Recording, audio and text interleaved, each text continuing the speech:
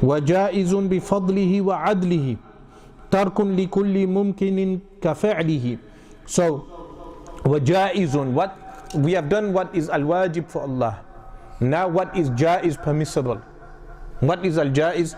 He states, وَجَائِزٌ بِفَضْلِهِ وَعَدْلِهِ. Firstly, remember this, this one line answers so many atheist objections. This one line. Whatever Allah subhanahu wa ta'ala carries out with these divine actions is with his fadl, favor, and adl, justice. So whatever Allah subhanahu wa ta'ala has ordained and willed is with justice. Tarkun likulli mumkinin kafa'lihi, that Allah subhanahu wa ta'ala can abandon doing that which is permitted. Like it's possible that Allah subhanahu wa ta'ala create a mountain as big as Mount Everest, which is 8,848 meters high. That Allah subhanahu wa ta'ala can create a mountain so huge of rubies. It's possible. But leaving that is also possible. So doing that which is possible and abandoning that which is possible. But when Allah subhanahu wa ta'ala chooses, meaning with his will, he wills, rather than choose, will, he wills to do something, it is with his favor and justice. And when he chooses or wills not to do something, it is also with his favor and justice. This is the Muslim response to so many objections.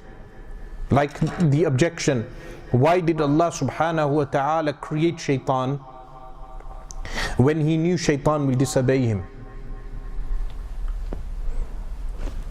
Because the creation of shaitan falls into the rubric of what? Possibility. So if Allah subhanahu wa ta'ala wills, it's his justice. Likewise, why does Allah subhanahu wa ta'ala create people like Pharaoh, Fir'aun, knowing that they will disobey him and they will remain in hell for eternity? If Allah subhanahu wa ta'ala wills to do so, it's his adl. Why is the atheist falling into these doubts? Because, meaning, some of them do not have doubts, they just want to make excuses for disbelief. But why do some Muslims fall into doubts regarding this? Firstly, because they are analyzing the divine actions of Allah subhanahu wa ta'ala with human motives.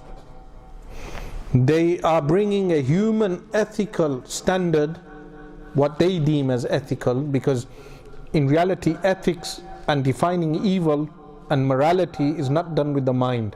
The Sunni position is that we can only define what is good and bad by divine law, not with the mind. The Mu'tazila held this position because they were influenced by philosophy.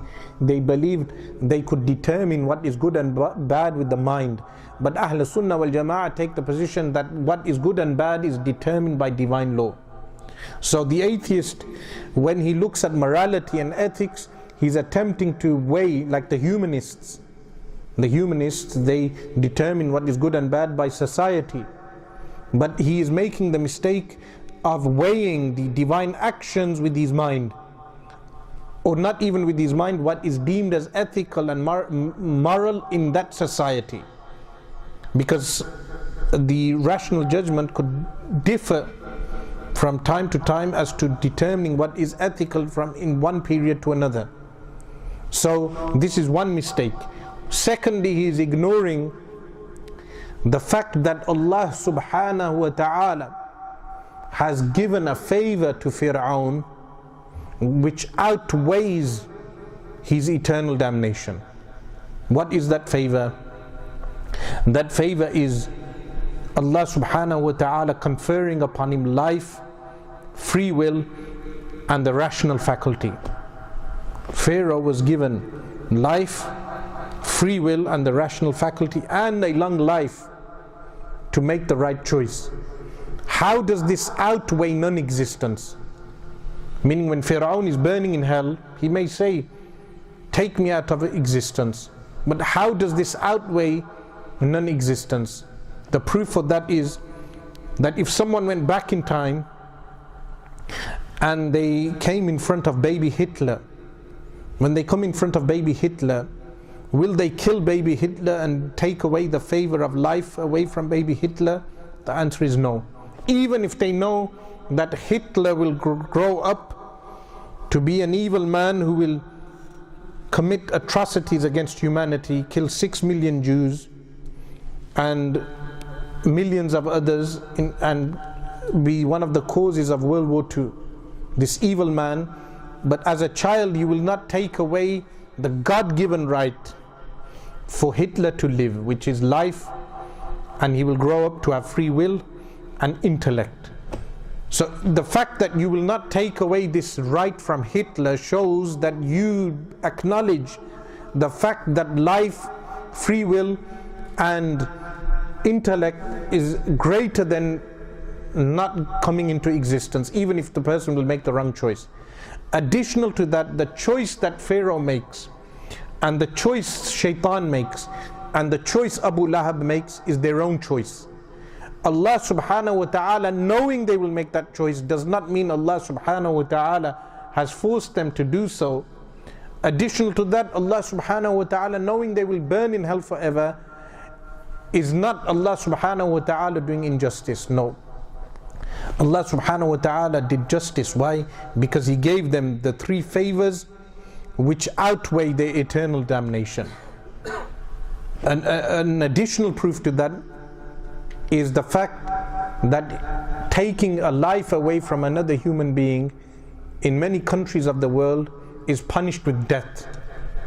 Why taking away a life? Meaning, according to an atheist, the person has done a favor, because taking away someone's life would mean they do not go through any difficulty in their lifetime. You've done them a favor. But no, even atheists, or majority of them, because some of them take very weird, bizarre stances in order just to, like incest, like Lawrence Krauss saying that incest could be permitted. But the response from the majority of the world's population would be the taking away of life would be punishable. So Allah subhanahu wa ta'ala giving them life would answer this objection. So tarkun li kulli mumkinin ka fa'lihi, Allah subhanahu wa ta'ala abandoning everything possible or doing everything which is possible is adl of Allah. So any one of these objections which people may bring up, why does Allah do this, why does Allah do that, the response would be, whatever Allah wills is with His justice. Whether we, Wallahu ya'lamu wa antum la ta'lamun, the Quran states that Allah knows and you do not know. This goes back to divine knowledge.